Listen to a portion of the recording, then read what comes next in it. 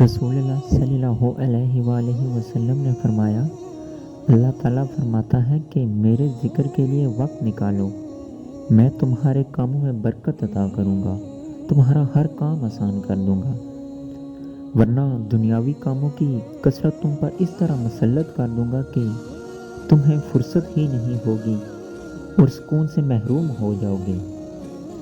تم اس کشمکش میں مبتلا ہو جاؤ گے کہ تم اپنا آپ بھی بھول جاؤ گے۔ اور آج ہمارے ساتھ وہی ہو رہا ہے، ہم اپنے رب کو بھول گئے ہیں اور اتنے اس دنیا میں مگن ہو گئے ہیں کہ ہمیں خود کی بھی فرصت نہیں ہوتی۔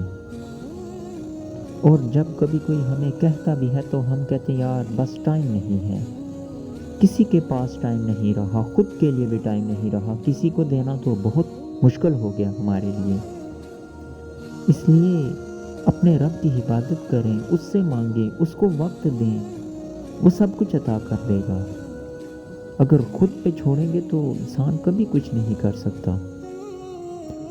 ہم دن بدن اس دھندل میں پھنستے جا رہے ہیں، ہمیں کوئی راستہ نہیں نظر آتا، اور یہاں تک آخر ہمیں موت اپنے آغوش میں لے لیتی ہے۔ تو اس لیے جب اپنے رب سے لگا لیں گے تو ہمارے لیے یہ جتنی بھی ٹینشنیں پریشانیاں ہیں، یہ ہمارے لیے مشکلات ہیں، یہ وہ خود ہی حل کرے گا، کیونکہ اس نے خود کہا کہ میں خود برکت ڈالوں گا، میں ہر آپ کے کام میں آسانی پیدا کروں گا، کیونکہ سب کچھ کرنے والا وہی ہے۔ 1400 سال پہلے جب اذان سنائی دیتی تھی تو حضرت علی کانپنے لگتے تھے اور سرخ ہو جایا کرتے تھے۔ کسی نے پوچھا یہ کیا ماجرا ہے، جب اذان ہوتی ہے تو آپ کانپنے لگتے ہیں؟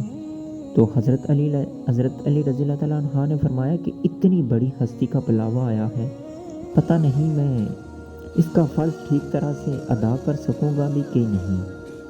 مگر آج ہمارا یہ حال ہے کہ ہم اذان تک نہیں سنتے، چند لمحے خاموشی نہیں اختیار کر سکتے، اپنے کام میں مگن ہوتے، نماز نہیں پڑھتے کہ ہمارا یہ کام رہ جائے گا، اور بس ہمیں اسی چیز کی سزا مل رہی ہے۔ حالانکہ حضرت علی وہ ہستی ہے کہ جو جنتی ہیں، جو اللہ کے نیک بندوں میں شمار کیے جاتے ہیں، مگر پھر بھی وہ رونے لگ جاتے تھے، ان پہ لرزہ طاری ہو جاتی تھی، اور ہمارا یہ حال ہے کہ ہمیں پرواہ ہی نہیں ہوتی۔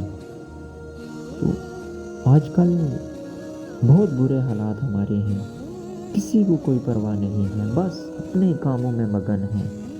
بس وہ خدا نے ہمیں ایسا اس پہ مسلط کیا ہم پہ یہ کہ ہم جب سے اس کو بھول گئے ہیں تو ہمیں سب کچھ بھول گیا، اپنا آپ ہی بھول گیا ہے۔ تو اس لیے خدا پہ بھروسہ رکھیں اور نماز ادا کریں، کیونکہ وہی ذات دیتا ہے۔ قرآن کی بھی تسلی ہے کہ قرآن تو جگہ جگہ تسلی دے رہا ہے کہ نہ امید نہ ہو، کمزور نہ پڑو، اور یقین رکھو تمہارا رب تمہارے ساتھ ہے، دیکھنا وہ بہت جلد سب ٹھیک کر دے گا، کیونکہ وہ کبھی انسان کو نہیں بولتا، وہ ہمیشہ یاد رکھنے والا ہے، چاہے انسان اچھا ہو یا برا ہو، وہ کسی حال میں نہیں بولتا انسان کو۔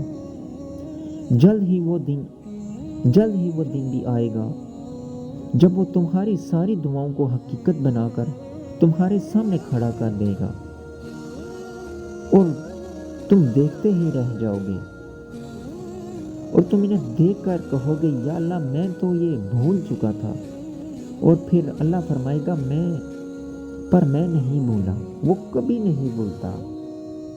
تو اس لیے اسے بھی آپ کبھی بھی مت بھولو۔ جب ہم اسے بھول جائیں گے تو ہم خود کو بھی بھول جائیں گے۔ اس لیے ہمیشہ اس کا دامن، اس کی رسی کو مضبوطی سے تھامے رکھو اور تقوی اختیار کرو، سب آسان ہو جائے گا۔